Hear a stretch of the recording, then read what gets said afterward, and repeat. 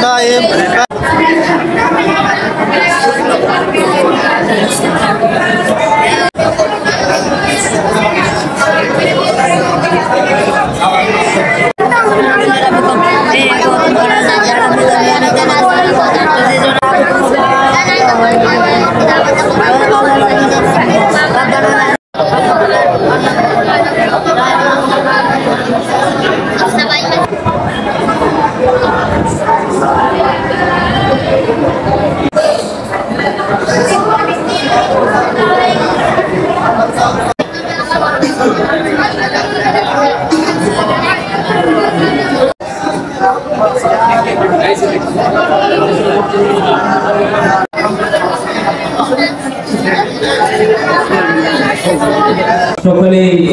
যদি আল্লাহ তাআলা আপনাকে সুস্থতা দান করেন, এজন্য সকলে দিল থেকে দোয়া করব আমরা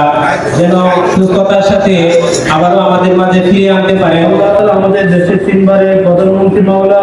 দেশ নেত্রী বেগম খালেদা জিয়া মাওলা অসুস্থ মাওলা, আল্লাহ তাআলা ওনার সুস্থতার জন্য মাওলা কোরআন খতম করা হয়েছে মাওলা, আল্লাহ তাআলা সারা দেশে ওনার সুস্থতার জন্য দোয়া করা হয়েছে মাওলা, আল্লাহ তাআলা দয়া করে মায়া করে মাওলা তুমি তাকে সুস্থতা দান করিয়া দাও, দান করিয়া দাও ইয়া রব্বে কারীম মাওলা ওনার মাধ্যমে আমাদের সুন্দর একটা দেশ দান করিয়া দাও ইয়া রব্বে কারীম মাওলা ওনার হাত ধরে যাতে আমরা সুন্দর একটা দেশ গঠন করতে পারি সেই তৌফিক দান করিয়া দাও ইয়া রব্বে কারীম মাওলা তুমি আমাদেরকে অভিভাবক ধারা করিও না মাওলা ইয়া রব্বে কারীম মাওলা তুমি আমাদের দেশের মধ্যে আল্লাহ শান্তির ফয়সালা করিয়া দাও ইয়া রব্বে কারীম মাওলা ইয়া রব্বে কারীম মাওলা নতুন করে দেশ গড়তে মাওলা জুলাই আন্দোলনে যারা শহীদ হয়েছে মাওলা তুমি সবাইকে তুমি মাফ করিয়া দাও, বাংলাদেশে বীর গর্তে যারা শহীদ হয়েছে মাওলা তুমি তাদেরকে মাফ করিয়া দাও আমিন। সুবহান রাব্বিকা রাব্বিল ইজ্জাতি আম্মা ইয়াসিফুন ওয়া সালামুন আলাল মুরসালিন ওয়ালহামদুলিল্লাহি রাব্বিল আলামিন।